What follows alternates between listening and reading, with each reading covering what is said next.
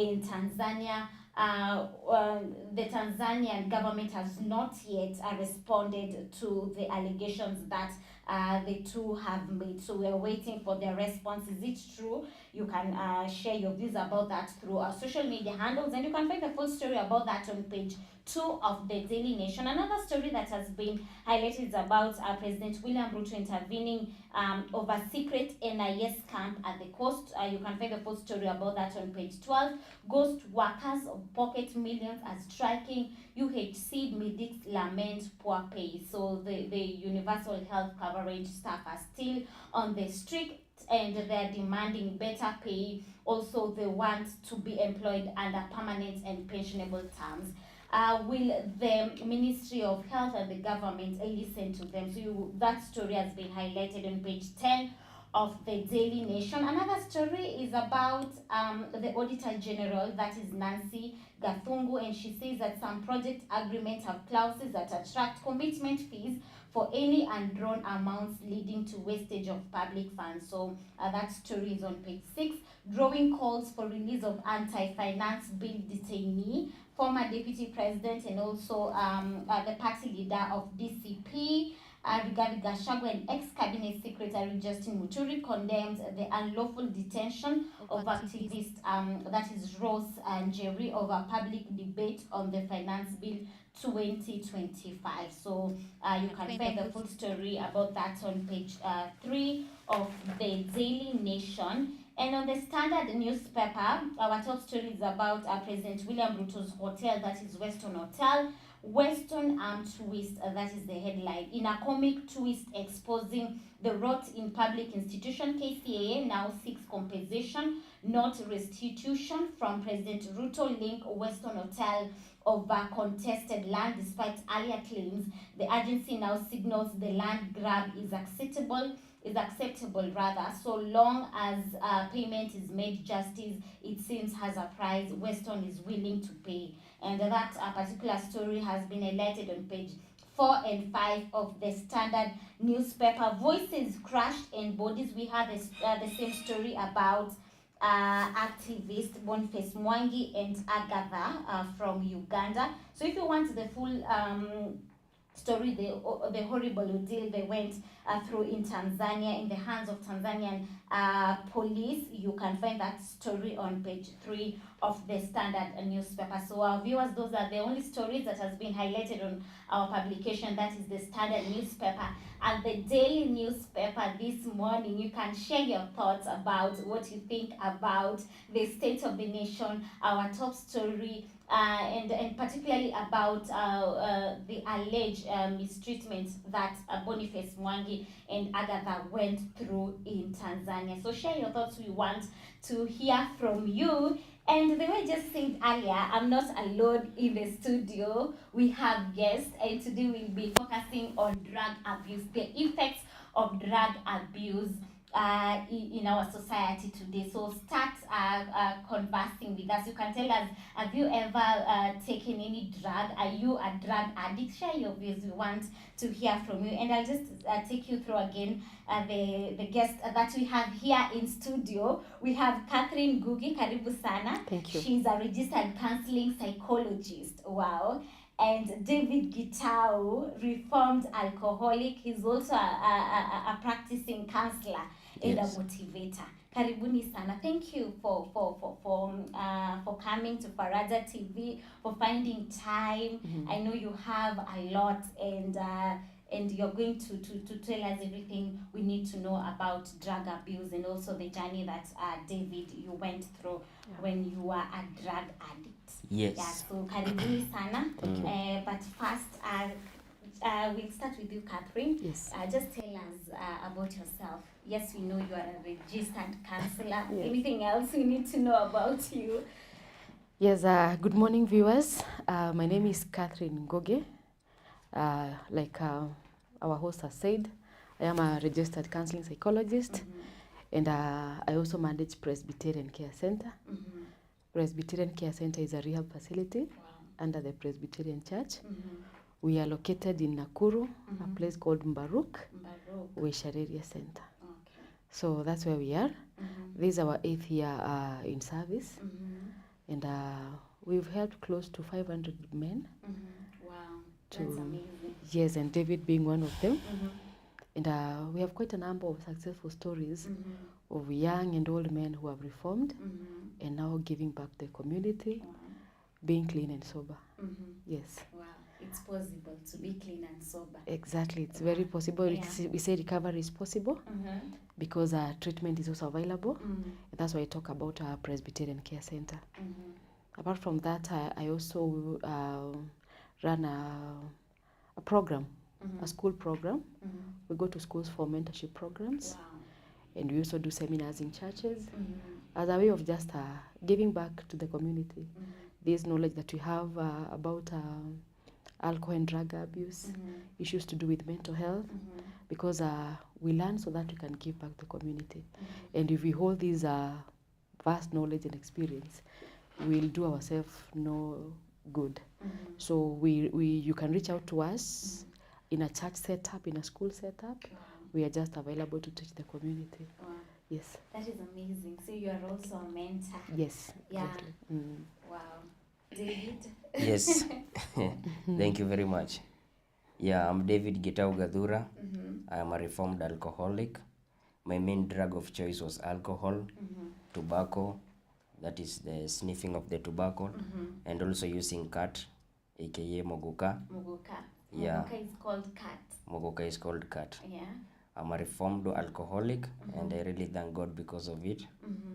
Yeah. And you are proud to see that you are a reformed alcoholic. Yeah, I'm very proud to see myself in this journey. I'm still in recovery. That's amazing. Yes. Yeah, so you can start tweeting, tell us what you think about our guest this morning. And the question that I asked earlier, particularly about drug abuse, have you ever taken any drug? You can share the drug of your choice that you used, or are you still taking those drugs? So you can interact with us through our social media handles and our SMS number that is on your screen. And don't forget to include your name and where you're watching us from. If you're just joining us, this is Morning Update. And thank you very much for choosing Faraja TV. Today we are talking about the effects of drug abuse. And according to the NACADA report that was released earlier this year, it showed that 87.3% of students are consuming alcohol. Yeah, so the study was conducted among university students. So you can imagine 87.3% of students are consuming alcohol. Almost all the students in campus Yeah. are consuming alcohol. And Yes. in this case, the drug of their choice is alcohol. Yeah, and also cigarettes is at 64.4%. Shisha is at 41.2%. And also they realize that friends are the leading source of drugs for students. Yeah, so it is their friends who get the drugs for them. So, and also 1 in every 5 has used alcohol. So imagine this: 1 in every 1, 2, 3, 4, 5.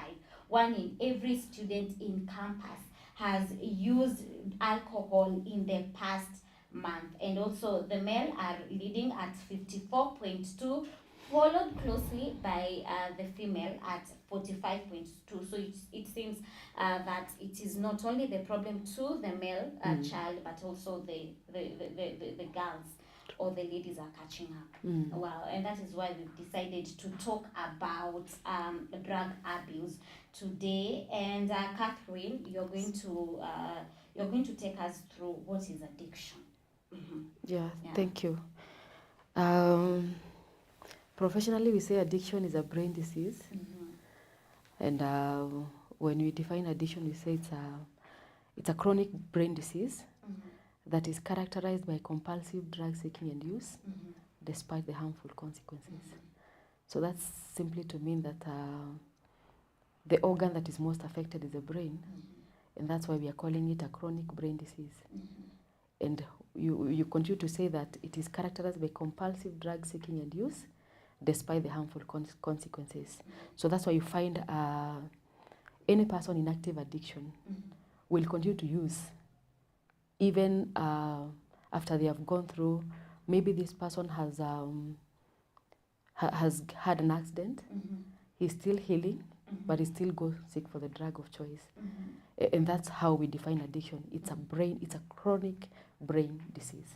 Yes. It's a brain disease. It's a brain disease. Yeah, and you want to stop it, even if you know it's harmful, but you You just continue can't. to use, because what happens with the chemicals of abuse, long usage will come with a package of demands, because after you become so, addiction is progressive. You don't just wake up and start taking alcohol and become an addict. No, it is a progressive journey. And so at a point of addiction, what we call now the compulsive use, that this person must use whatever drug he has chosen, then that is now what we say this is now addiction, because at one point there will be cravings, and at what point there will be withdrawal symptoms. So all these combined, we now call this person an addict. But professionally nowadays, we are not calling them addicts. We are calling them people with substance use disorders. Substance use disorders. Yes. Wow. Yeah. And I heard somewhere that we are all addicted to something at some point. It may not be a substance, Yes. maybe our devices. Yeah, you've had people who say that they cannot do without their phones. Yes. They cannot actually do anything without their phones. Others are workaholic. Yes. There are those who love shopping a lot. They can't control the urge of going shopping. Yeah. So is there some truth to that? Yes, we are all victims. Because personally, if you tell me today to stay 24 hours without my gadget,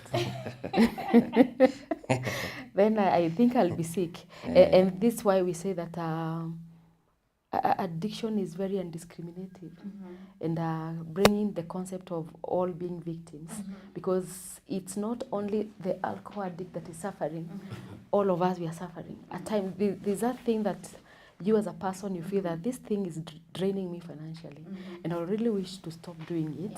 And you're struggling the same way a person with substance use disorder is struggling to try to stop whatever he's using.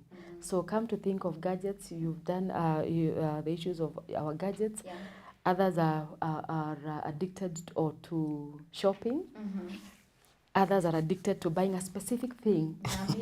Gambling, and now gambling is now termed as one of it's now in the DSM-5, because we are now saying that it's a behavioral addiction, close to a person who is abusing alcohol. Same craving, same symptoms when we don't do it, and therefore it becomes now also a part of an addiction. Yes. So we are all victims. That's the bottom line. Yeah, whether we are using chemicals of abuse, whether we are using gadgets, we are all victims.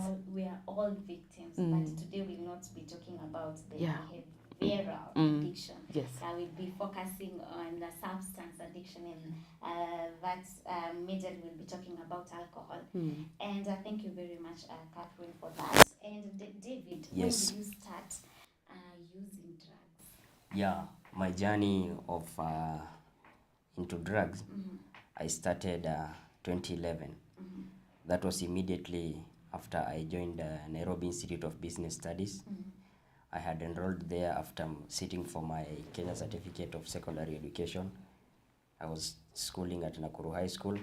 Now, by the time that I came outside, so I had to choose somewhere where I can be busy. And I selected Nairobi Institute of Business Studies. So when I enrolled at Nairobi Institute of Business Studies, I started with a certain course of journalism and media studies there, a diploma. So during my first semester at the Nairobi Institute of Business Studies, that is the time that I engaged with a lot of people and peer pressure.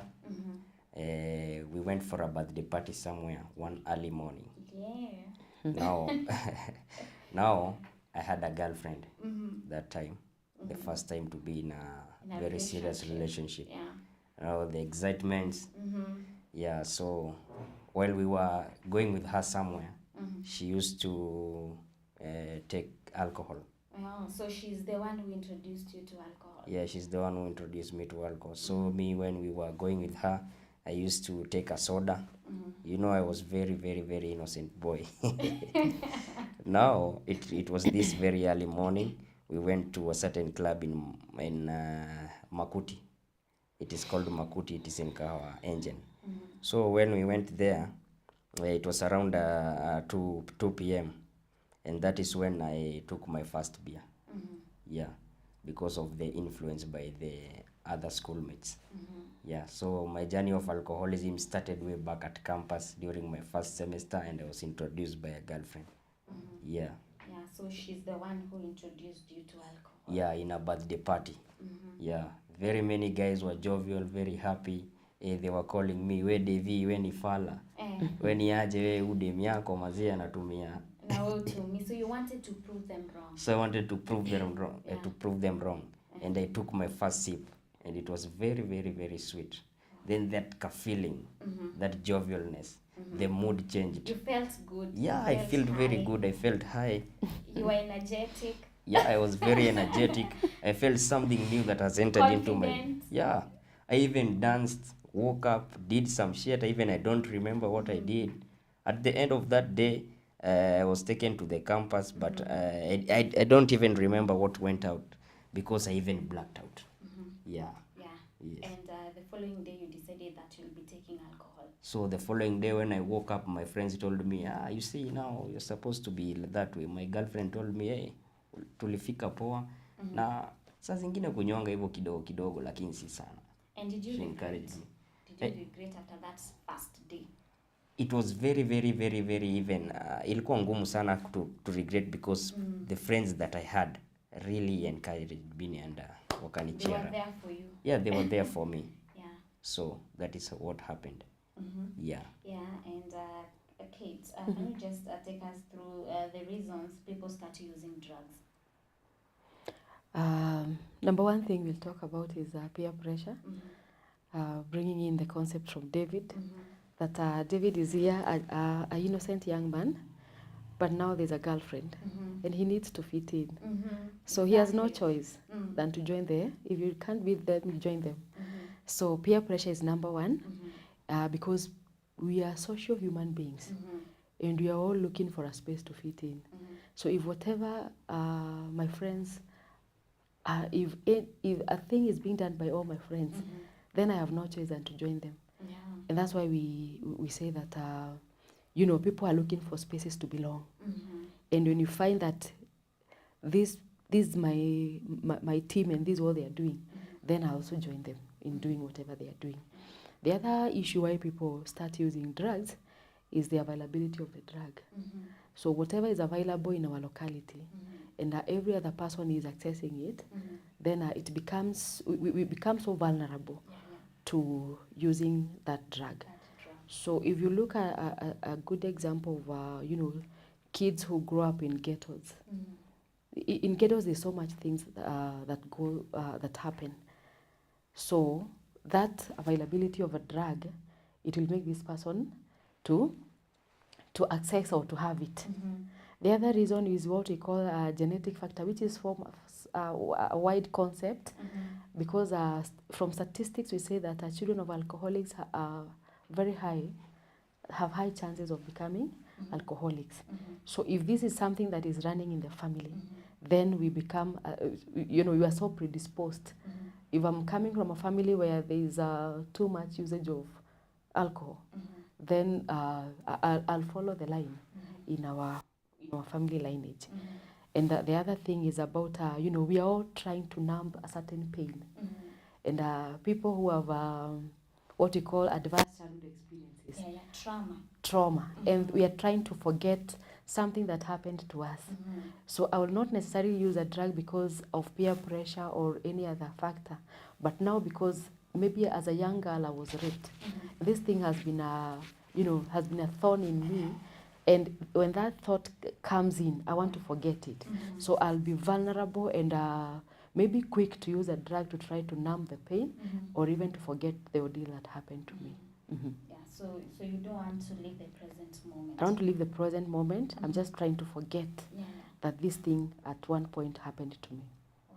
Mm. Thank Yeah. you very much, Catherine, for Mm. that. So the way you just talk about availability, and I Mhm. think this relates to the NACADA study that actually alcohol is the drug of choice to many students, and this is because the way you just explained, it's Yes. accessible Yeah, to them. it's So, accessible, and again, it's legal. yeah, and David, Yes. the way you just take us through the period you started Yeah. using alcohol, about your girlfriend who actually introduced you to it, Yes. and you can just tell us particularly about alcoholism. Did you have the money to buy the drug? Now, when I was in campus, I have a God-given gift. Me, I can DJ, Yeah, yeah. and I'm a very So good you're in also a DJ. DJ. Yeah, I'm a disc joker, but I don't practice right now. But I have that talent in me. So when I was in campus, during the Fridays, Saturdays, Sundays, you see there are those shows which we play there in our institutions. So very many people nicknamed me, and they called me DJ Half Life or DJ Pace Dim Vada. So that was my nickname at that time. So because I was not usually at that time a drinker so much like the rest, I used to sit somewhere with my laptop. You know, I was not introduced into alcoholism at that time at Evo Sana. So I was usually DJing for those students during the parties. Yeah. And then now, well, them, they are drinking and dancing. So my girlfriend is here with me when I'm DJing.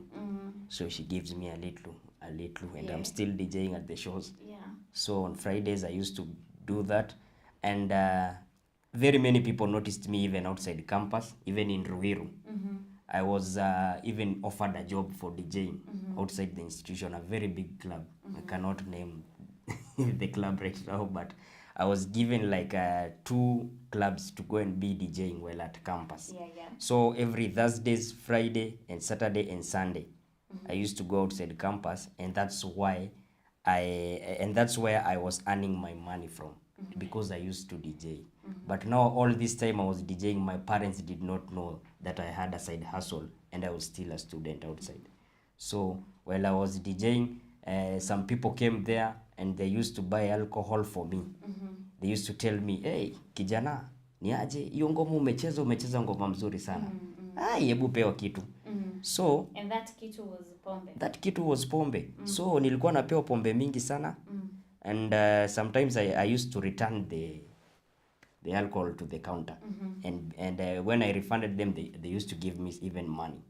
So nikitokaga kwa club, sometimes I used to go home with money and also with alcohol. With alcohol. So in my life, I tasted so many varieties of beers and even And you spirits. enjoyed it. And I enjoyed it. And it's a gradual process that you see.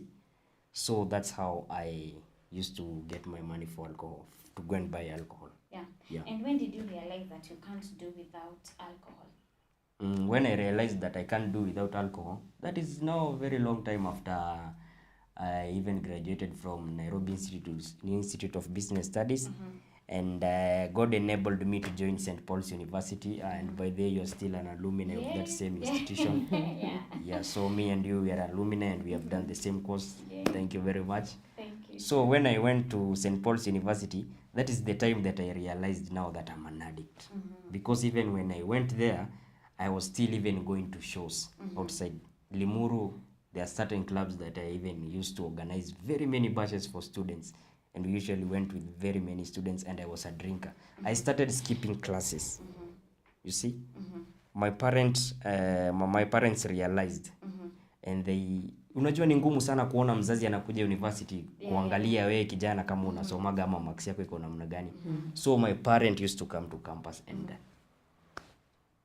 and check out on me and check if the results nini.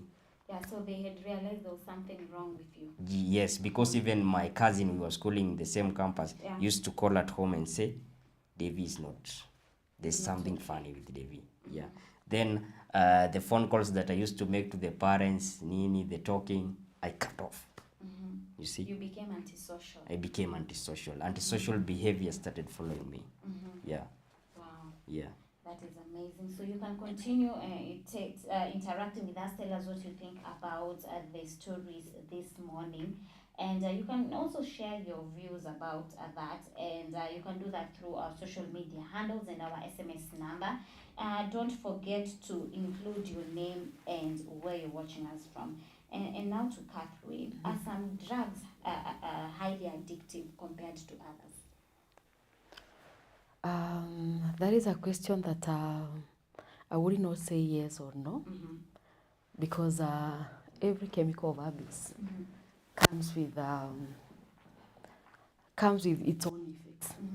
The way alcohol will affect you psychologically, physically, is different the way cannabis will do. So I say, personally, I say that prolonged use of any chemical will have effects. But we cannot sit here and say that this drug is worse than this one. Because every chemical of abuse will come with its own package of effects in the body. And that we talked about addiction being a brain disease, and therefore we are protecting the brain. So come to think of the root, what we call the route of administration. Alcohol, we drink it. And after some time, the effect will go to the brain. Smoke, cannabis, we will smoke. After 7 seconds, the smoke will hit the brain. So at the end of the day, we say that there is no drug that is safer than any other drug. Yeah. Yeah, and is age a factor? Age is a factor. Now we go deeper to the science of addiction. When we talk about age, the earlier we start using drugs, the greater the effects to the brain. Because remember, we talk about the development of the brain of an infant. For a boy, it's from 0 to 25 years, and for a girl, is I think 0 to 18 years. So this child who starts abusing drugs at the age of 7, and a man who starts to use drugs at the age of 20, the effect to the brain is different. Because this brain that is still developing will be affected greatly than this other person who is using chemicals of abuse later on in life, because the brain structure is already mature and complete. But this younger person, the brain is still developing. So the damage to the brain is far much greater than a person who starts using later in life. So age is a factor, and that now currently we have a problem. Even as who are running rehabilitation centers, you get an inquiry of from a family that our son who is 7 years is abusing drugs. And that leaves you with a big shock, because you try to imagine if the boy of 7 years is starting to abuse drugs, and not any drug, especially cannabis, then the chances of this person acquiring a mental illness is very fast. Because some of these chemicals of abuse, as an effect of affecting our brain, we now at one point in life, a person gets what we call a drug-induced psychosis. This is to mean that there's a mental illness that will be aroused out of our use of chemicals. Yeah, so it also means that those people who have mental illness are at a high risk of using drugs. Not necessarily. Remember also mental illness, there are factors that will cause mental illness. Number one, chemicals of abuse, abuse of substances. We say that out of the effect or the effects of the drug, the brain, it will bring along what I've just mentioned, a drug-induced psychosis. Psychosis is a mental illness that will be induced by the use of the drug. We can also get mental illness from genetic. If it is something in the family, we also inherit from our parents or where we are coming from. Yeah, and about genetics, and now to David. Yes. Was there anyone in your family that used any kind of drug? Very many people in our family use alcohol. Yeah. So it was easy for you to start using alcohol? Yeah, it was very easy for me to start alcohol. Yeah. Yeah, and right about now, you can just tell us or take us through the time you hit the bottom and you realize that you actually don't want to continue being an alcoholic. Now, the time that I realized that I don't want to be an alcoholic, there was a certain day that my friend called me that we go somewhere and have fun. And we went very well. We went to Mogoka base. You know the Mogoka base zinakuwaga za gunia. So we sat there, tukakaa hapo chini, and everybody took his bag of Mogoka. And we started with chewing the cat. After we chewed that cat that day, it reached around 6 p.m. And he told me that now Mogoka imetushika poa, we need to go to a certain club. And we went to that club, and we stayed in that club, and he really had a lot of money that day. He really bought for me alcohol. We were drinking, both of us. We drank up to 2 p.m. From 6 p.m. to 2 p.m. we were drinking and having fun, and also chewing the cat. And by the time it was that 2 p.m. I was really drunk, and I even forgot about myself. Nikajisahau. Yeah.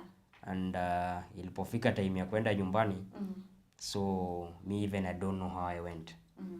But what I remember is that I didn't reach home. I reached somewhere near our home. And what I did, I entered the garden, a certain garden which was there. And kulikuwa na mafefe mingi sana.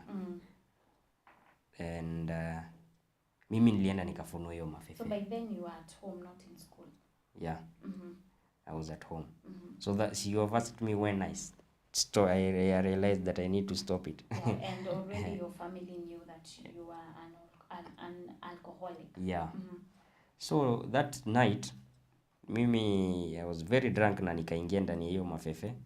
Nikaifunua vizuri na nikalala ndani. Yeah. Kwa mafefe ndani. Yeah. Na nikajifunikia mpaka na hiyo mafefe. Na nikapigwa na baridi. Inakuonyesha hiyo ni kitanda. Ilikuwa inanionyesha hiyo ni kitanda. Ilikuwa imeshika kweli kweli. Ilikuwa imeshika kweli kweli kabisa. So nikiwa pale hivyo tu nikazima. Yeah, so when I blacked out, I slept like around let's say like maybe 6 hours hivi. So that morning, vile watoto walikuwa na peleko shule, a certain neighbor of mine, he's called Mr. Masharia, and he's a doctor. Yeah. He was taking the kids to school, so to board a school bus. And when he came out, peeping somewhere around, unajua kuna venye wanaangaliaga wazae. So he noticed kuna nguo fulani hivi anaona kwa shamba. Sasa yeye anaona kama ni nguo, but he came up to there, and he noticed that this is Devi sleeping here. So he came there, akaniguza. Nilikuwa hata nimenyesheo, nimepigwa na baridi. Na uko unasikia? Sikuwa nasikia anything. So I was really numbed. So I don't know what he did to me, but you know he's a qualified doctor. Some people are God sent. You see, this is a doctor who rescued me sleeping in the mafefe. So hata akikukaisha chini ya kuambia story yangu, he even called home that same time and told my mother, hey, huyu ni kama atakufa. He's not in a very, he's in a very bad state kabisa. Yeah. So akanifanyia ma first aid na nikarudi sawa. Na immediately my mom came, they took me home, na wakanikaisha na wakanipea msomo, and they talked to me. So that is the time that I realized now that I have a very, very, very, very deep problem that is inside me, and I need to change. You acknowledge the problem. Yeah. You see that night, it's like yani hata nikuwa hata mimi ningekuwa sasa hizi mnaniita marehemu. You see, I would have even died that night. But God alinifilia mercy na akanirudisha uhai, na ndio maana sasa hizi tuko hapa tukiongea kwa issue. So that is the story that made me now start coming back into senses. Even if now after that I used to go and drink, I did not drink as much as I used to because of remembering that coincidence. Yeah. So at that point you realize that you have to stop drinking. Yes. Yeah. And with that, we are taking a short break, but continue staying with Faraja TV. This is Morning Updates. You can tell us what you think about the show this morning, the amazing guest that we have in studio. And if you're just joining us this morning, we are talking about the effects of drug abuse in the society. So you can also share your story. Have you ever taken any drug, or are you a drug addict? And you can do that through our social media handles and our SMS number that is on your screen. So don't go anywhere. We are taking a short break.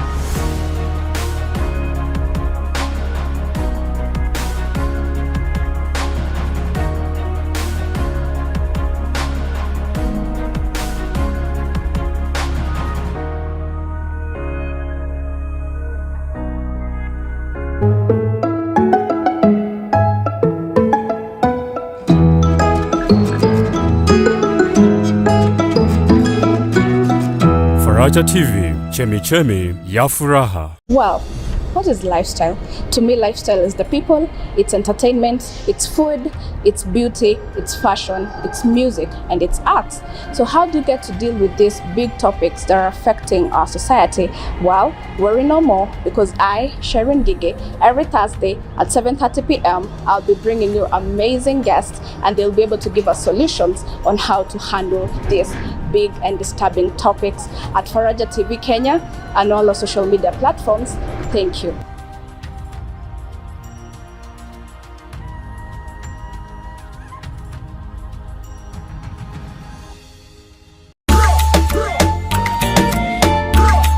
Yo, welcome guys to the biggest and most exciting show in the 254, where we bring you exciting topics, great music, your favorite artists, and good times. Join us each and every Saturday from 11 a.m. to 1 p.m. at Faraja Mashup. It's your boy Big Man Kuga. And your boy Big Willie, aka the Big Kahuna. Kwa majina ni John Mragori, ninaokuletea program ya uzima wa kiroho na nidhamu, na programu yetu ya kujia mnamo siku ya kila Jumapili saa 1:30 katika runinga yetu ya Faraja TV, chemichemi ya furaha. Karibu sana, karibu pamoja, tushirikiane katika uzima wa kiroho na nidhamu. Karibuni na mbarikiwe sana. God bless you. God see you through.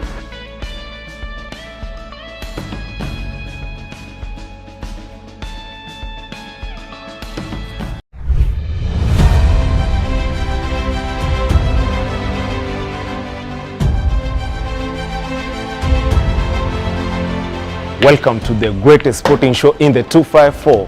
That is the Sports Blast show on Faraja TV, where we'll be bringing you all the discussion and all updates according to sports and sports events. And of course, we look forward to engaging and interacting with you on our various platforms, which are on Faraja TV Kenya at Facebook, Faraja TV Media at YouTube, and our SMS line 0703-339959, and our various competitions and events of the sporting sphere. Remember to catch us live each and every Saturday afternoon from 4 to 5 p.m, whereby I'll be joined by 3 great co-hosts, your boy Big Man Kuga, and of course, Mickey Omchambuliz, and Lefty Jizitisa Mgongoni. One final lung-busting stride for Kipchoge. So don't miss out on Sports Buzz.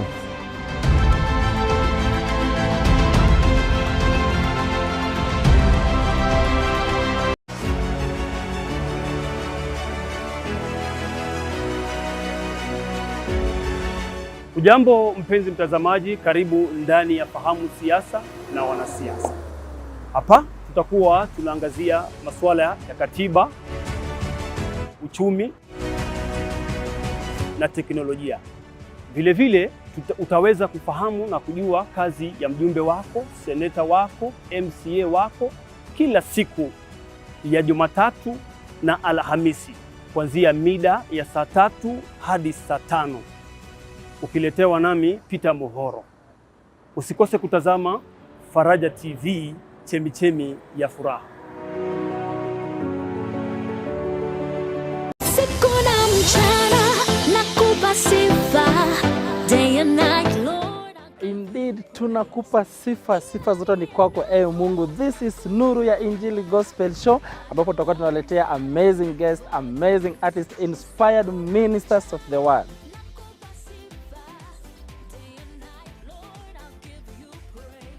And we shall be having interesting conversations. It shall be hot, it shall be fire, it shall be rejuvenating right here at Nuru ya Injili. Of course, hii si ya kukosa. Kutakuwa na mixes kali, new song, new bangers, na hii mtazamaji wetu utapenda. Kutakuwa na a lot of fun yenye wewe mwenyewe huwezi miss. I will be your host, Jack Favor. And I, your co-host, Caroline Jerry. Alongside DJ Tish. Every Sunday. From 6 a.m. to 10 a.m. Nuru ya Injili, only at Faraja TV.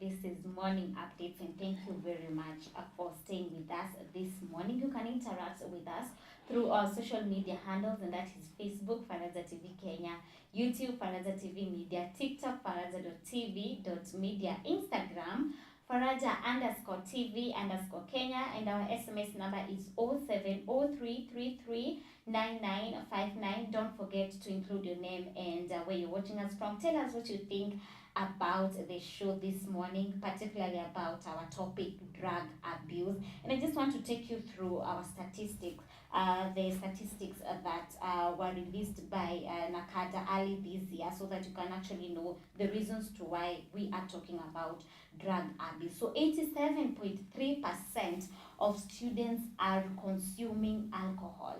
Yeah, and the study was conducted actually among university students. So you can imagine 87.3%, almost all the university students are consuming alcohol. 64.4% is for cigarettes, and 41.2% is for shisha.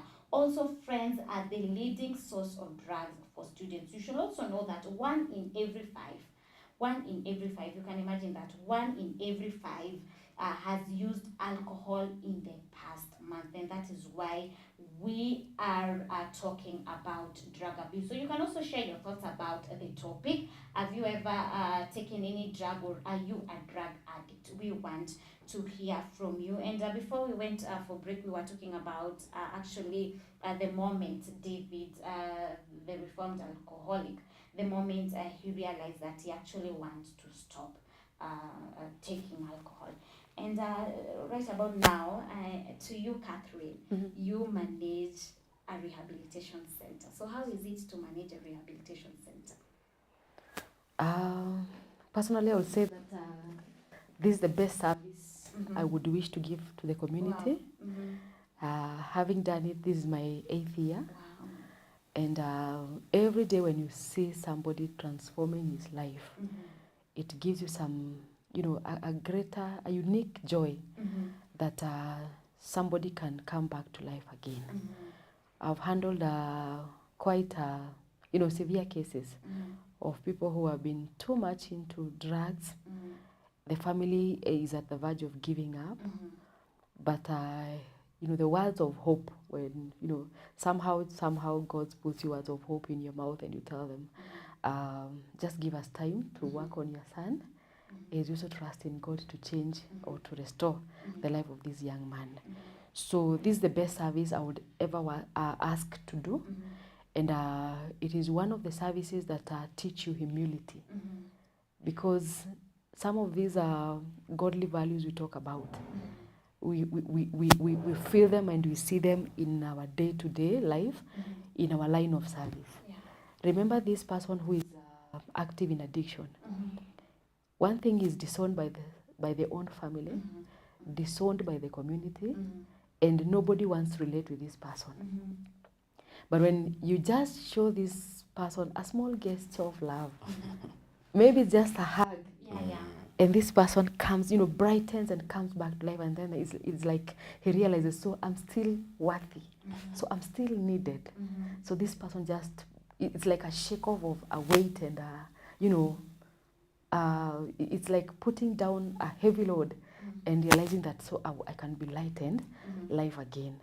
So 8 years down the line, I carry the message that recovery is possible. And addiction is very undiscriminating. It has no face.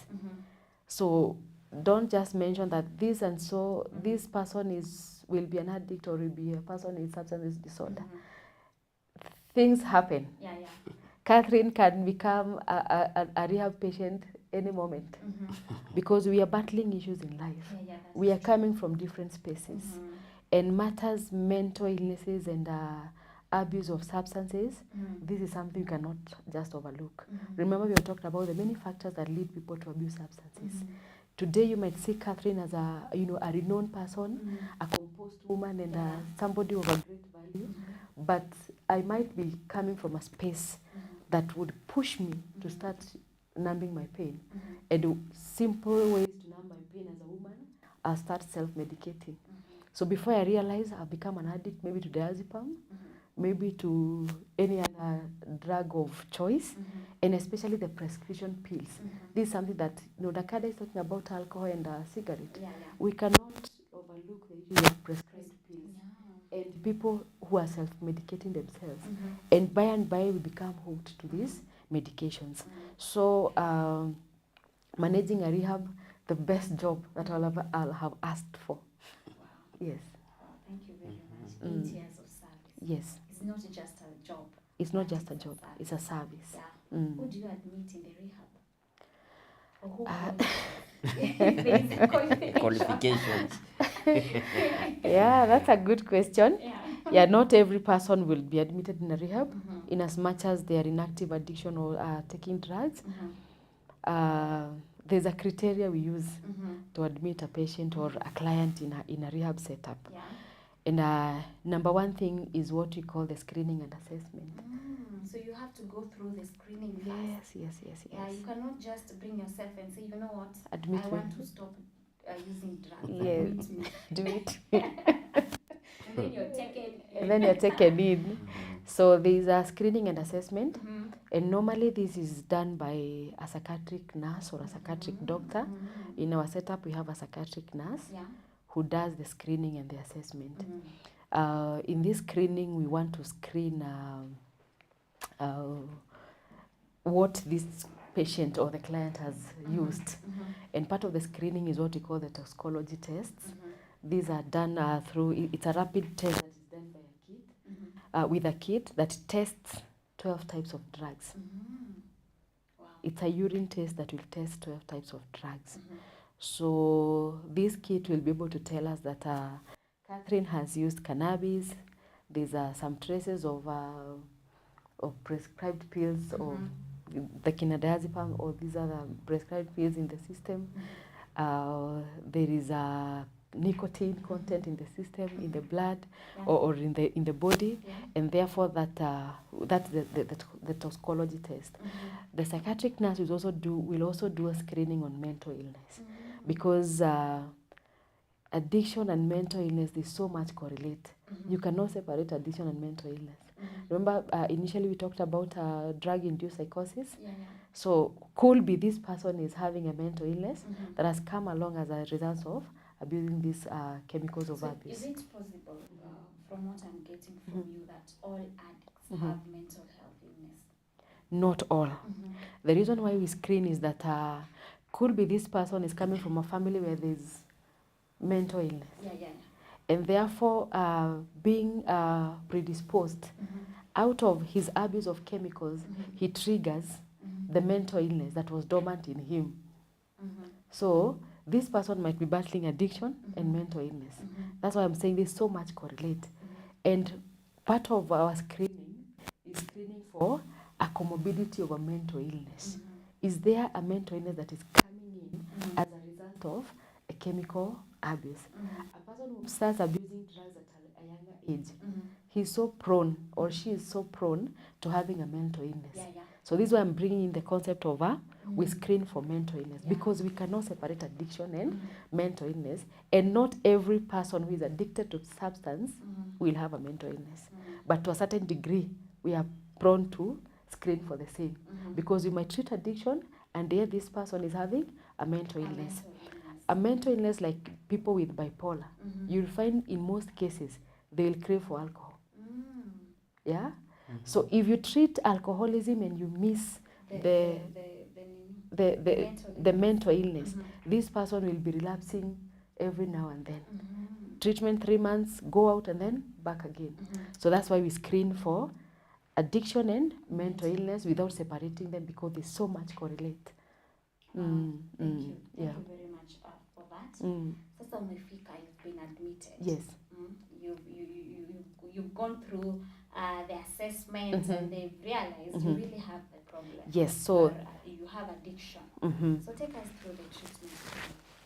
So let me point out again, the screening will also allow us to be very sure to admit this person. But there's some screening that will not allow us to admit this person. So we work closely with mental institutions. So there's a patient we cannot admit. We refer them to a mental facility first. So a person with a mental illness that we see that we cannot be able to handle, we refer them first to a mental facility. Families will come to us and tell us, this person anakunywaga lakini simu violent. You see? So because maybe at one point there was an element of being violent, and the family did not really tell whether it was an addiction or mental illness. So that's why us sometimes we don't admit every person. You'll bring a patient to us and we'll tell you, no, we are not going to admit this person. First refer to a mental facility. Others will also not meet the criteria of being addicted because they have not reached a point of where we can say that this is an addiction. Because we define addiction as a compulsive drug seeking and use despite the harmful consequences. And again, there's an element of being dysfunctional. So this person that is abusing chemicals of abuse and is still functional, to a certain degree we cannot admit him. Because if this person says that I'm still functional at my job, at my place of work, I don't abscond duties, I still feed my family, I'm still clean, I am able to make good judgments, then these are the many factors we look at. So not every person who is abusing drugs will fit to be in a rehab setup. So, but those that fits to be in a rehab setup, when we do the intake, now after the screening and assessment, we admit this patient. After the admission, we will manage the cravings and the withdrawal symptoms. Many addicts or many people with substance use disorder, what they fear is withdrawal symptoms, especially the alcoholics. Kate, yes. Hold that thought before we go to the treatment plan that you use in Presbyterian. There are those physical symptoms that I believe that David family saw, actually the neighbors saw. Can you just take us through the physical physical symptoms that anyone can see in the society? Anyone in school can notice that this person is not okay. So number one, there'll always be, the appearance, weight loss. Because we say addiction is very selfish. As long as I have my drug of choice, food is not a priority.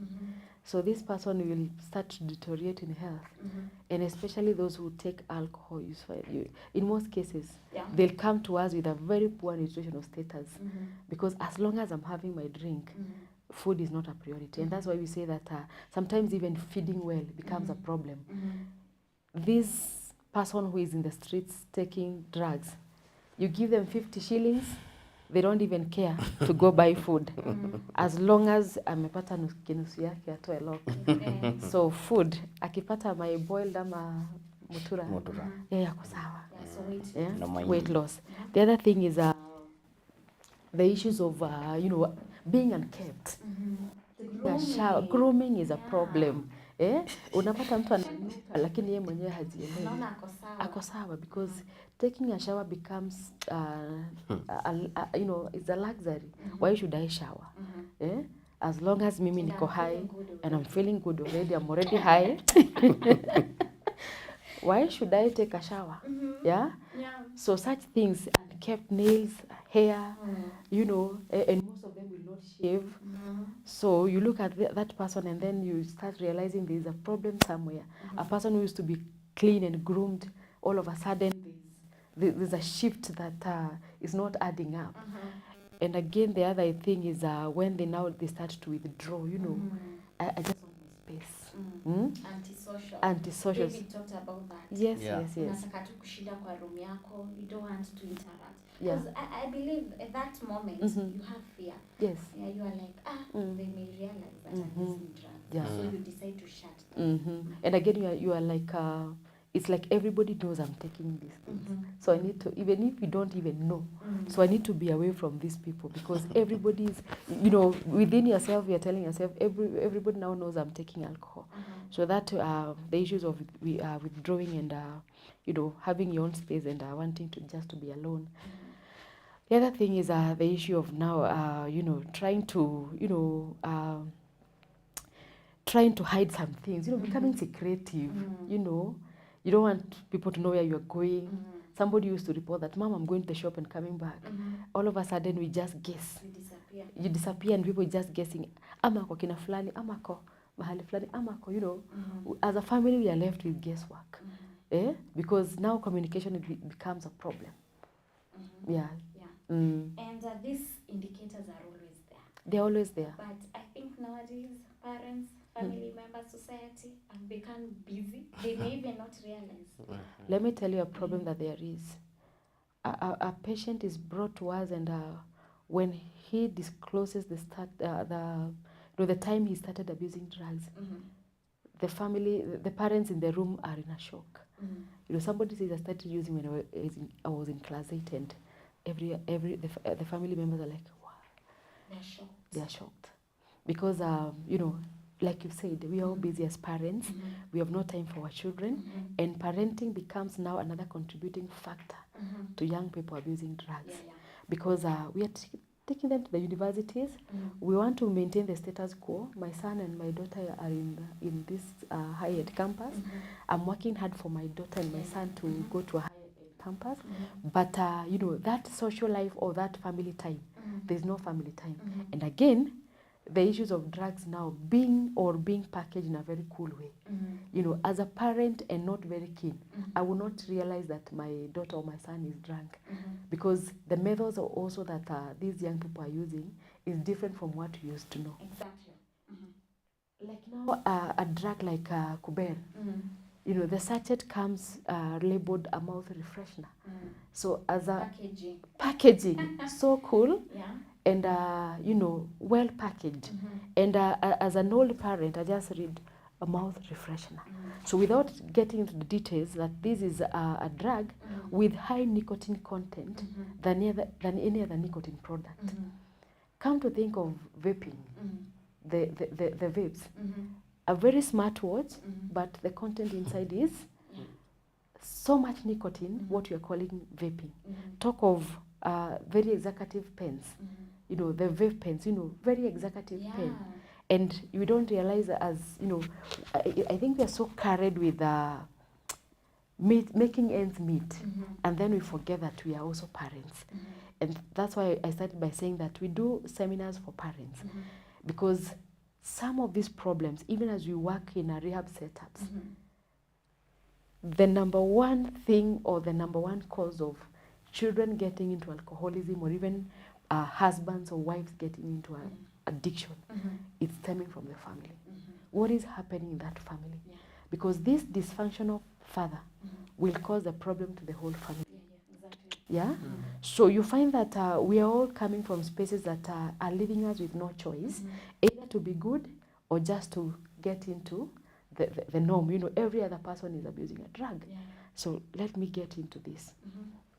So parenting remains an issue. And whatever is happening outside, and even we talk about the root of administration of these drugs. Alcohol, we know we take alcohol through the mouth, we drink. But go outside there and see the roots of how we are administering these drugs into our systems.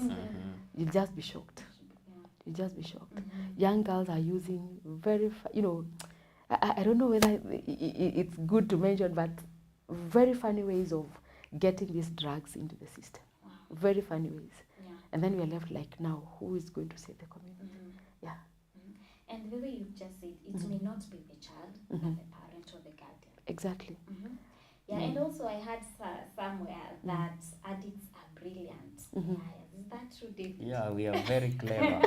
First of all, very cunning. I'm very intelligent. I can read your psychology, joke with your mind, and I'm very brilliant in that. Lying. I used to lie a lot.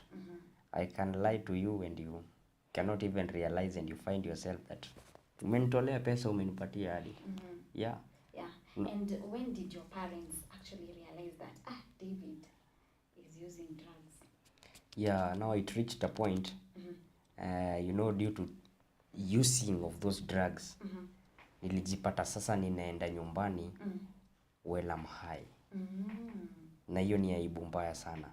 So you couldn't hide it anymore? I couldn't hide it anymore. So wananifungia mpaka gate nje. I used to take stones nje. Narusha huko kwa mabati. Nagonga mpaka gate, mateke, nini, fujo. So you are violent? Yeah, I even became very violent. Na kama ni gari iko hapo na igonga teke, pap, nataka hata kuvunja vioo. Yeah, my alcoholism led me to be a very violent person. Kwanza mtu akinikasirisha tu hivi, I used to be very nawatusi nini. Yeah. Wow. Este tuko natusi watu, nakosa heshima. Yeah. Yes, and how did your family react? Were they compassionate to you? Were they supportive? Ama walikushika wakakuchapa ama wakakudisown? Tell us. First of all, let me thank my parents so much because I have the best parents in this world. Even if I was behaving in such a manner, you see, they used to talk to me still. My dad used to call me and talk to me. My mom used to call me and talk to me. Neighbors out there used to make phone calls home saying, hey, devia metutusi, nini. It was very, very, very hurting to those parents. Very, very, very hurting. Saa zingine hata mimi nilijipata pia nimekuwa too much, sasa sitaki kusikiza mtu yoyote. And let me say that my parents were very hurted, very heartbroken. Saa zingine tulikosana nao, they used to chase me. Hata sometimes they used to lock the house and go with the keys. Sometimes even they banned me from going home. Ushaibaniwa kwenyu? Kwenyu mahali kwenyu. Me, it happened to me. So it was that bad. Even kunyimu kila kitu. Yeah, unaitisha kitu unaonekana wewe hiyo. Hata unaomba pesa ya kwenda kinyozi. Because they don't trust you. Yeah. My mother ni muombaji Mungu sana. She's a gospel artist, Rachel Gadhura. Na kweli hata watu wengi wananiambia hadi leo, huyo mama yako huyo. Your mother really prayed for you. They usually know my mom ni mtu wa kanisa. But some other people used to laugh at us. Hey, wewe mama yako ni mtu wa Mungu sana. Nini, your parents are very good. But you are very... You see, in a society setup, there are some people who laugh at you. I get you. And there are some people who celebrate you. And there are some people who help you. So we met all those kinds of people. And me, I really thank God because of all of them. Hata wale wenye tushaikosana now, I forgive them. That is past. we are dealing now in the present. And I really thank God for changing my life. Mimi hata kuoga sikuwa naoga. There's a time nakumbuka in 3 months nilioga once. Mpaka nilikuwa na hesabu nakaa hivi. Unaangalia hivi ngozi ukifanya hivi, unaona unatoka unga kwa ngozi. Lakini wewe uko sawa. Yeah. Mimi niko sawa, I don't care. It reached that point me hata this hair of mine, I did not used to comb. I wish we had some pictures at least that we could have shown people how I was, but I was in a very, very, really bad situation. My friends know me. In those clubs za huko home, those guys know me. They used to call me MCA. MCA wa pombe. Yeah. And I would really love right now that now they call me MCA. At least I become an MCA wa ukweli la netu moja word, and I help people, and I help very many people who are into alcoholism, and I change their lives, and I be a very good person. And you are an example of a recovered alcoholic in the society. Yes. And also the fact that he has talked about his family, because I just feel it's not easy for the addict and the addict family, the way we always think. Thank you very much, David, for that. And before I interrupted you, Catherine, you were talking about withdrawal process. Yes. Yeah, in a rehab, we will manage withdrawal symptoms, and I say that these are some of the things that these people with substance use disorder fears most. You and your cool detox. No, withdrawal symptoms will manifest on stoppage of usage of the chemical abuse. You see, now when you talk about addiction, at the compulsive stage of usage, we'll say that the brain will have created what we call a reward pathway. A reward pathway is created when you no longer now use the same amount of the drugs you used to use initially. You now need high quantities, trying to maintain the fast feel. Therefore, you continue using high amounts, looking for that initial feeling that you felt the first time. So now, when there's at the compulsive stage of addiction, this is when we cannot function without the drug. This is when we start to toe a lock in the morning. So on instant stoppage, the same body will react because now the body is used to it. The brain has registered that at 5 in the morning ninakuwaga nimepewa pombe ndio nitoe lock nianze kufunction. The brain has registered at 12 noon, I must get 2 sticks of cigarettes. So if that thing doesn't happen, the whole body shuts. So we need to manage the withdrawal symptoms. And by managing the withdrawal symptoms through the psychiatrist, nurse or the doctor, we prescribe some medications that will work in line with what has been happening in the body when I'm using the chemical abuse. So some we give them for not more than 5 days because they are also highly addictive. And some who have a bit of a mental illness, at times we are forced to manage these conditions for a longer period. Again, what happens in the rehab after we manage the withdrawal symptoms, is what we call now the counseling part. Counseling part is key because now we want to address the underlying issues. Remember, chemicals of abuse or alcohol is not the problem. But what is this pain that this person is trying to numb? What is this thing that this person is trying to forget? To run away from, because instead of facing the reality, we want to run away from it. And that's why many people will abuse drugs, trying to forget ordeals or incidents that happen into their lives. So when counseling comes in, what we call the individual therapy, we want the one-on-one counseling. We want to sit down and address all the underlying issues that has been affecting this particular patient. Along the program also, at one point we'll have a family therapy. Because remember, in active addiction, every other family member is affected. And that's why sometimes you say addiction is a family disease. David is using the drug, feeling high and enjoying, but the parents are having sleepless nights, wondering where is our son. They hear somebody has been knocked down by a car in town, and our son is not yet home. They'll not sleep that night. So we'll bring in the family along the program. We sit down, what we call the family therapy, and we want this family to come to a point of making amends. Because in active addiction, we've wronged our parents. In active addiction, we've abused our parents. So we want to sit down as a family in a presence of a therapist, and together we make amends as a family, and we forgive each other, so that the recovery journey can start. And again, remains the work of the family to support this particular client in the recovery journey. So the family remains the key thing. In our active addiction, they are so much affected, and even in our recovery journey, we still need them. So David will tell you that having supportive families, even recovery becomes very easy. The support system. So even recovery becomes very easy. And is it possible to prevent taking drugs or consuming drugs? Exactly, this is where now we are trying to shift focus, because treatment is very expensive. And not everyone will manage to go for treatment setup. So we are left with no choice than now to shift our focus on prevention. Because when we start talking about prevention, we start talking to these younger children in primary schools and telling them the effects of drugs. We want to scare them that mlevi anakaaga hivi. We want to offer evidence-based prevention practices that can be worked and that are working instead of just using scare tactics. Initially, before we got enlightened, we used to go to school and create a picture of mlevi and try to scare these kids. We would carry recovering people like David to primary schools, and they motivate the students and tell them, I drank for 20 years, now I am rich, I'm working. And this, behind the brain of this young man in a primary school, we think, so if I can drink for 10 years, then I stop. Then I can get rich and be like David, causing more harm than any good. But nowadays we are talking about evidence-based prevention strategies that are working. Tell this person teach these students about the science of addiction.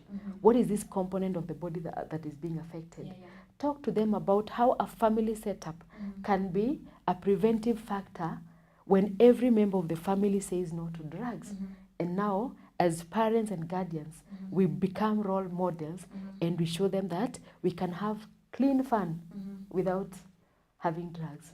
We can enjoy life without having without using drugs.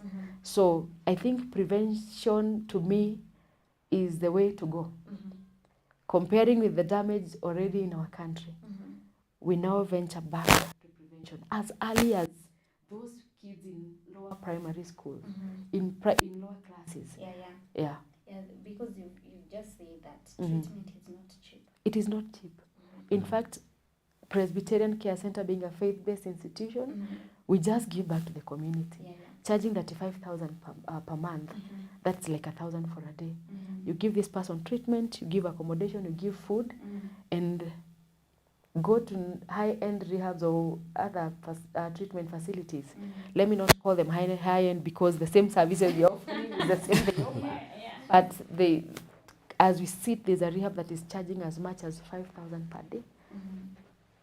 So tell me who is keeping such an amount of money aside that when my son gets into addiction, I will take this 500,000 take to a rehab treatment. Yeah? So prevention is better than Prevention is better than cure. Prevention is better than cure. And the way you just said it, it is a collective responsibility. Exactly. For the individual, for the family, for the society, for the church, for our leaders. Yes. It is a collective responsibility. Now to David, yes. umepatikana. Your parents have realized that now you are an addict. Yeah. When did you decide to go to the rehab? So it reached this time. Was it your decision or your parents? It was my personal decision. Or the doctor that rescued you? It was my personal decision. Yeah. We had an occasion, a wedding occasion that it were to be done at our home by my parents. They were to do a wedding, and at that time, I was working somewhere where I was organized by a very humble friend, and his name is Wakili Geoffrey Gatito. And that guy anakuanga CK Patel. They call themselves Gatito Mushiri and Company Advocates. And he is the one who alinitafutia kazi alipoona nimeteseka sana. So alinitafutia kazi Imarika Properties Limited, and when aliniorganizia kazi huko, so I started working there, hii mambo na mashamba na nini. So ilikuwa imebakisha kama like 10 days for my parents to wed. And I was really drinking that time. So lakini sasa nilikuwa nimeanza kupunguza. So that early morning Monday fulani asubuhi, and I was going to job, and pale nyuma Lions Garden pale nyuma. So nilikuwa my routine was nikienda asubuhi natoa lock. So nilikuwa natoa lock before niende job. Na bado the previous night nilikuwa nimekunywa sana. So na bado nilikuwa na mogoka huku, you know benye mtu anakuaga mchafu. Na sasa unaenda kazi, na bado nilikuwa na suti chafu sana. So bado grooming ilikuwa shida. So through the mercies of God, ndio mimi navuka pale hivi kutoka kwa Wines and Spirit naenda hivi side ya stage nikienda kazi. Guess who I met? Catherine. Kwa stage hapo hivyo. Yeah. So Catherine akanivuta haraka sana. Mlikuwa mnajuana? Yeah, tulikuwa tunajuana. So Catherine akanivuta haraka sana. Akaniangalia state yangu hivi akaniambia, David, I have to talk to you right now. We have to go somewhere and talk right now. Hii ni ulevi asubuhi, saa hizi unaenda wapi ukiwa hivi? Angalia vile unakaa. Ndio unaniambia unaenda kazi. Na mpaka nimevaa tag ya job hapa imeandikwa Imarika Properties Limited. So Catherine akanishika haraka sana na akanipeleka mahali kwa hoteli, akaniambia angalia vile unakaa uko njaa nini. Me that time akiniongelesha I started crying hapo. Tears everywhere nini. Akaanza kuniongelesha akaniambia, David, I want to make a decision. If it is not right now, hapana, kuna siku nyingine. And David, let me tell you, this work that you are going to do is not important than your life. You have to hear me and hear me completely. So she talked to me as a mother, she talked to me as a friend, she talked to me very well, and nikamusikiza. And at that time she even called my dad at home, and she even called my mother at home. And she informed them, I have David here, na anaenda kazini akiwa mbaya, ni mchafu, she's this way. So akaongea na wazazi nyumbani na akamwambia, I want you to give me David. I want to go and help David. I want David to join our facility at Presbyterian Care Center. I want David to change his life. I know he's a potential person and he can change. So mimi hiyo asubuhi akanibaia hadi handkerchief.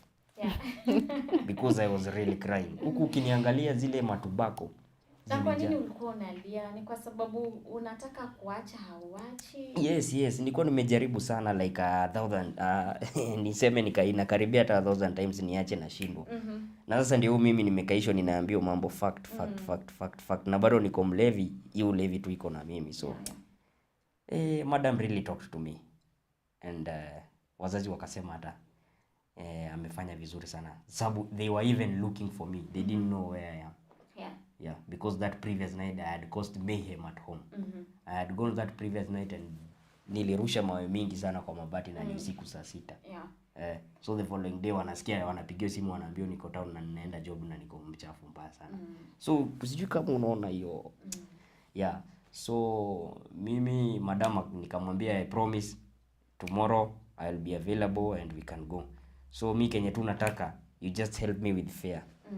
So madam akaingia kwa kibeti yake. Madam akaingia kwa kibeti yake, and when madam aliingia kwa kibeti yake tu that time hata mama wanamwambia ni mwariria mwanao sio umemuongelesha sana na huyu kijana change. Sasa wewe kijana chukua hii fare enda home. Mimi instead of going back nikakuwa sasa nimepata pesa ya kwenda tena kutoa lock. Huko nyuma. Nikaenda huko nyuma bado nikatoa lock. Nirudishie mia yangu. Nakumbuka nikakula hiyo fare yenye madam alinipe. Na nakumbuka hiyo siku kanusu ilikuwa inatoka ni 45 shillings. Nikaenda hapo nikagonga hizo makanusu zangu. Ataumilia hivyo. Yeah, after nimelia hivyo vyote. 100 bob.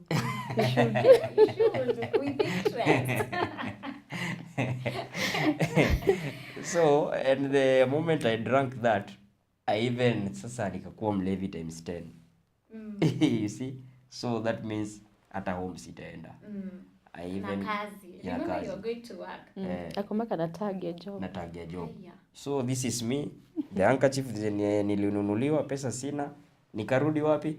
Pale hivyo kwa gardens tu hapo hivyo. So nikakaa pale kwa gardens, ninamwaga machozi, ninajipanguza hivi. It was a very bad picture. Najua kama ni mimi sasa najiona vile nilikuwa I will never love. I can never go back. So when I cried, I was asking myself, sasa fare ndapata wapi ingine ya kwenda home. And I remembered a friend of mine who works at Mwoki Chemist. Mwoki Chemist iko hapo Pincam House. So I just walked straight up to Mwoki Chemist. I met my friend anaitwa Devi. Devi wa chemist hapo Mwoki. And Devi nikamwambia, I want to talk to you right now. Mimi hata kama unauza, nikamwambia nikiwa na hiyo hasira zangu pia. Nikagonga hiyo chuma ya nini hapo ya counter, nikamwambia mimi nitaka kuongea na wewe sasa. I want you to help me. Kama kuna dawa unaweza patia mtu aache pombe, just give me right now. That's what I told Devi. Na Devi akaniangalia hivi akaona this guy yako mbaya kabisa, ni kama amefika mwisho. He took me back to his office. When he took me back to his office, he started talking to me, akaniongelesha vizuri. He advised me, he told me that this is the time now. And nikamexplainia pia nimepatana na madam fulani na tumeongea naye, akaniambia go there. Na Devi was very good and he gave me fare. Now hii fare sikukula. I went back home. So when I went back home, mom aliniopenia na nikajifungia kwa nyumba na nikamwambia usiambie mtu nimekuja. So nilikuwa najua the following day pia nitaonana na dad. So nikatulia na nikajijaza. So that early morning nikaonana na dad. When we talked with him, I told him now I'm ready, I want to go and change. See, yesterday you talked to Catherine. So he even gave me the car keys to drive myself to go and pick Kate. Then we go to Presbyterian Care Center. So I even driven myself up to. So that was the turning point. That was my turning point in my life. Now ukaamua tu you want to change, you want to recover. Yeah. That is when I started now the treatment, the assessment, the detoxification process, the screening. So nikapita zote, nikaonekana niko na tatu. Alcohol, mogoka and Chavez ama tobacco. So mi nilikuwa na sniff na bado naiweka hapa. So even at that time when I was being screened at the facility, ilikuwa bado hapa na makaratasi lakini hawajui. You see, bado nilienda kama nimevaa koti ya suti. You see this lining of the suti? Nilikuwa nimeirarua. Sasa ninajua huku haizi shika. So nimezificha huko ndani. So at the moment pia that I was in the facility, I was still having drugs.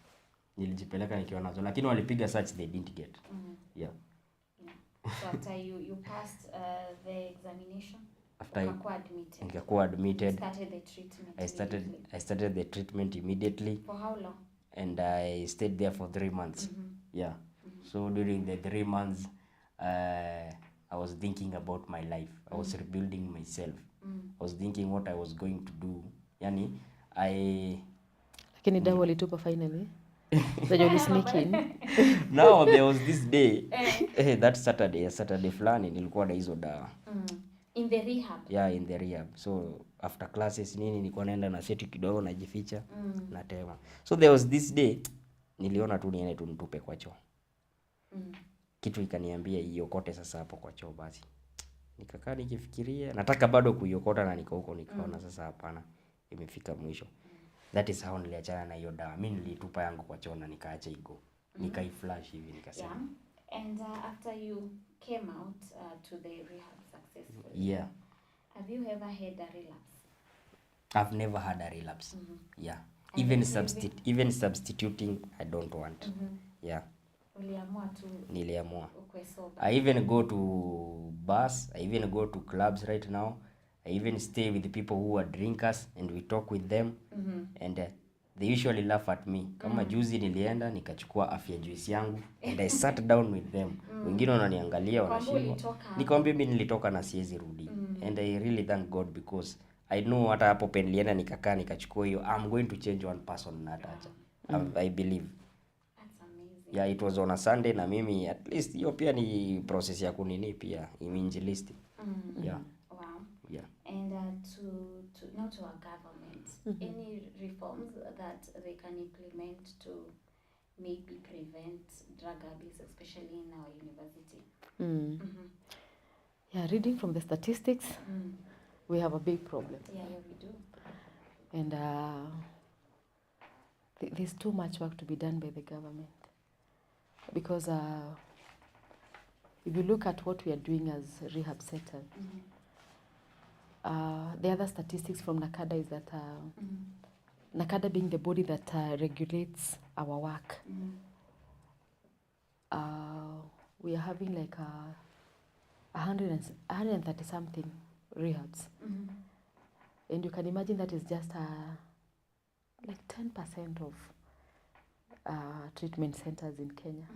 And looking at the statistics, recent statistics of university students that are using drugs, then that tells us that the government has, has a big work to do, because the church is trying.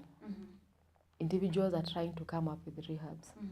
But again, what is the government doing? Because some of these drugs of abuse, they are legal in our country. Alcohol, cigarettes. But now you see the people who are concerned in regulating and giving licenses to these people who do the same, I think there's somebody is sleeping on the job. Because if that statistics from the university students, that is the university only. And this year come again, we're going to take to have intakes for the university. That survey was done last year. So what about this year? And still many young people are just about to join campus. How many will be initiated to the usage of these chemicals? So I say that we just draw back to prevention from the grassroots. Whatever Catherine can be able to do in my own sphere of influence, let me talk about prevention. In our church setups, in our schools, in organizations, let us train people on prevention. Because in as much as we want to do treatment, remember the same statistics from our tertiary institutions. These people will come out of the institutions after 4 years. There's no employment. They continue numbing their pain and frustrations. And again, coming to treatment without a skill, another factor. Coming to a treatment center, staying for 90 days for treatment, and then going back the same environment. No skill, no employment. Relapse cases. So it's like a cycle that we also feel that I would wish I would just perform a miracle, that every person who comes to a rehab setup, after they go out, they remain sober for life and they get something to do in life. But now there's a problem. So the government has, not just work, but big work to do. Because come to think of even the support, we don't get any support. And yet we are doing whatever we are doing. And do we have public rehabs? We have public rehabs. Okay. I know one in Mathare, in Nairobi, and again it's not for free. You pay for it. You pay for the services. Yeah. So, but if whatever was there, I've heard something that every county will have a public rehab. Then that is something we are waiting for. We should implement. And we are waiting for, because like yesterday, because there's so many problems. I know there are people who are watching us and willing that I wish I could have money to take my son for treatment.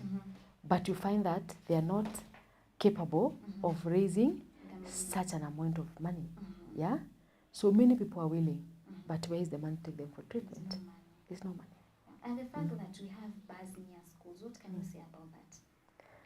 Same case again, the government coming up with laws that are never implemented. Yeah? I think there was this, the Motudo laws. I don't know whether they still apply. Yeah? So you go to a school setup, a teacher is teaching while drunk. Yeah? Imagine. So you can imagine, we have no role models to our young minds. And that's why you find even young kids, as early as 7 years, you start getting inquiries from parents that my child of 7 years is abusing drugs. And then you're left wondering, where could this thing have come from? Well, thank you. Yeah. Yeah, and David, what can you tell the people who are watching us? They want to stop taking these drugs, but they are unable. To the people that I'm looking there and the people that are watching, let me tell you that this is a very tough journey, and it's a personal decision that comes from within, and it is very good that those people who are in this alcoholism and drug abuse, it is their high time to change, because we are really losing a lot of friends. Personally, me, I've lost a lot of friends, and saa zingine nakaaga tu hivi na wakumbuka, and I feel a lot of pain. I really urge those people who are out there to at least manzi wajichunge sana. And the people who cannot afford and they want treatment, tafadhalini ongeeni na mimi na tutaona vile tunaweza ongea, and we can even speak to our waheshimiwa huko nyumbani, at least wa chip in waeke pesa kidogo. Na napendaga kuona vile mtu mmoja anaitwa Mike Sonko vile anafanya. Mike Sonko ni mtu ambaye anaendaga anatumia pesa yake kutusaidia watu ambao wako na hii shida ya alcoholism na nawalipia mpaka mariab na nini. Watu kama hao mimi nitawatafuta na nisaidie wale mabesti wangu wenye wanataka kuchange, tuongee na watu kama hao waweze kusaidia watu. Na muomba mbunge wangu Mheshimiwa Irene Njoki tupatane tuongee siku moja hii maneno na tuweze kusaidia society ya watu wa Bahati. Juzi we had a very good road show huko Maili 10 ya Hero na Maili 10 huko, na kuanzia hapo Heshima, and we really tulikuwa mpaka na madam, and we really met a lot of people who really need support and want to change, but they don't have the funds to seek those treatment. So my cry out there is those people, when ukiniona nimekuja kubisha hiyo ofisi yako, tafadhali nifungulie tuongee na wewe, tupange mipangilio ambayo tutaweza kuwasaidia watu wengi ambao wako pale. You know, you people mmebless you, mko na hizo funds, na hapa nje very many people don't have those funds. So I want to be among the people wenye watasaidia watu wengi wenye wanataka kuchange, and I will be free to share my contact, na hata people can call me anytime na tuongee tuone vile tutaweza kusaidia hawa watu, and I believe very many people will change their lives. And hata kuingia kwa kanisa is a very good thing. Like me nafurahia Mungu because I have a very very very powerful man of God anaitwa revivalist Mr. Joshua Lucas. Joshua Lucas alinishikilia venye nilitoka PCC and up to right now, na akanishikilia na tuko kanisa moja inaitwa Peace Fellowship Church iko Lanet Modern, and I really thank God because that church imenitoa mbali na nipeleka mbali, and we do a lot, and I'm the media person of that church, mambo ya kamera na nini, you know, as my profession pia. Nashukuru Mungu sababu ya hiyo. So Mr. Revivalist Joshua Lucas, asante kwa maombi yako. Yes. Yeah, kindly share your contacts. My contact is 0707 565 895. Facebook najiita PSD Mvada. Nitafuteni na mimi pia nitatafuta waheshimiwa na nitabishabisha hizo milango na mtusaidie na pesa tuweze kulipia watu kwa facilities. Tuko na Presbyterian Care Center, tuko na Lifehouse Addiction Treatment Center yenye ina treat bado ladies na bado gents, na tuko na Presbyterian Care Center ambayo ni specifically for the gents. Na mimi najua Mungu ataweza kunishikanisha na watu wengi na nitasaidia. So mheshimiwa yote unanitazama, ile wakati nitabishabisha mlango yako, kwanza wewe Mike Sonko nataka kukuona sana, tukae chini tuongee, tuone vile tutasaidia watu na kuwalipia hizi vitu. Unafanya kazi mzuri sana. Heko kwako na hii message kufikie. Thank you, David. Catherine, anything to tell our viewers? I want to say that addiction is a disease. Treatment is available. And come to us. We will look for ways to assist you to come out of this menace. And again, let's remember, it's starting from our families. So you're there, a viewer watching us, and you know you're not a role model to your children. It's high time we start passing on values that can be emulated and that can be passed from one generation to another. So it starts from our families. Let us remain as close as we can to our children. Let us learn to listen. Stay with them over the holidays. We have this issue of parents sending children or kids, ushago, of a different opinion recently, and I'm telling parents, stay with your kids. They're in school for the longest time. The teachers know them better than we know them. And this short period that they have come for holidays, let us spare some time to understand our kids. You are the first person that will realize any change that is happening to your kid. But when we become so busy, we are up and down, then our kids are dying inside without us knowing. And then when a kid commits suicide in your own very house, that's when you wake up and try to say, I wish I had time for this child. So as parents, my cry is to you that let us have time with our children. Thank you. Pay attention. Pay attention. The way you just said earlier that it's a collective responsibility. Exactly. Wow. And I've forgotten, let me kindly tell the viewers that currently I'm working due to alcohol, sikuwa na job, but God enabled me nikapata kazi. I'm working at Vasha Drappers. We are located near DTB Bank and we deal with fabrics. And nimeajiriwa under a company called Midel Group. Midel Group is a business security company that offers business security solutions to various companies, VIP protection na nini. And nashukuru Mungu nishikanisha na Midel. And part time I work with Green Ages Commercial Agencies. Ni kampuni ya my dad iko pale Pincam House. It is located the first floor, room number 6. We deal with real estate, court process services and rental management. So I thank God because of the opportunities of being given that opportunity to work. Nashukuru sana, and let me say thank you to my dad personally. Yeah.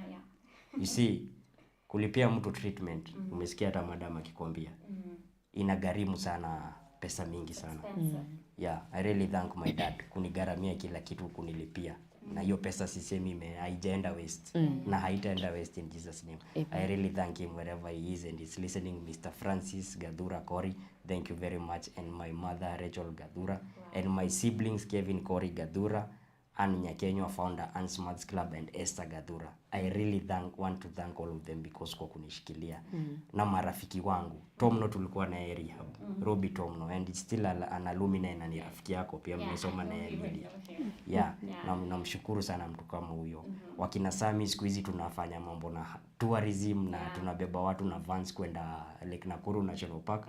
Unaona tunajaribu kutafuta mabeste tuende nao huko tukapate fun, lakini tukiwa sober. So hata Sami kwenye yako najua na watch na big up sana.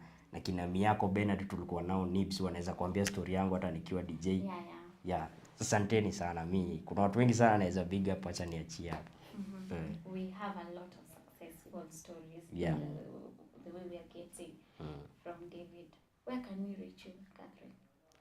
Yes, viewers, you can reach me through my number 0717 922 373 0717 922 373, or you can come to our office at the facility Presbyterian Care Center located at Maroc Wisharia Center. Thank you. Yeah, this has been exciting. Thank you for what you do in the society. We need people like you. Thank you. Madam, thank you very much. You're thank welcome. you, David, for coming, for sharing your story. That has been very educative. There are many things that I've learned that I need to know about drug addiction, and I believe that our viewers have also gotten something. And they say that, drug addiction doesn't discriminate people from any age, race, economic status, gender can be addicted. And if you can quit for a day, it means you can quit for a lifetime. Exactly. Wow. And our viewers, let's do this again tomorrow, but now without our lovely guest. From 7:30 a.m. to 9 a.m. Let's keep the conversation going. Stay with Faraja TV and have a lovely day. And thank you very much. God bless you for joining us this morning. Bye.